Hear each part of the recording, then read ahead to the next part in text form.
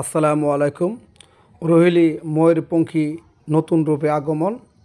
বন্যার পানির সাথে সাথে গ্রাম বাংলার ঐতিহ্য নৌকাবাজ আজকে প্রথম দেখতেই পাচ্ছেন। বিস্তীর্ণ একটি এলাকা নৌকা পাল্লা দিয়ে এগিয়ে যাচ্ছে।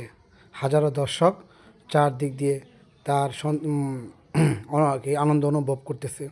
দেখতে পাবেন যে কিছুক্ষণের মধ্যে আমাদের সামনে দিয়ে নৌকা বাসটি অতিক্রম করবে। দেখতে থাকুন।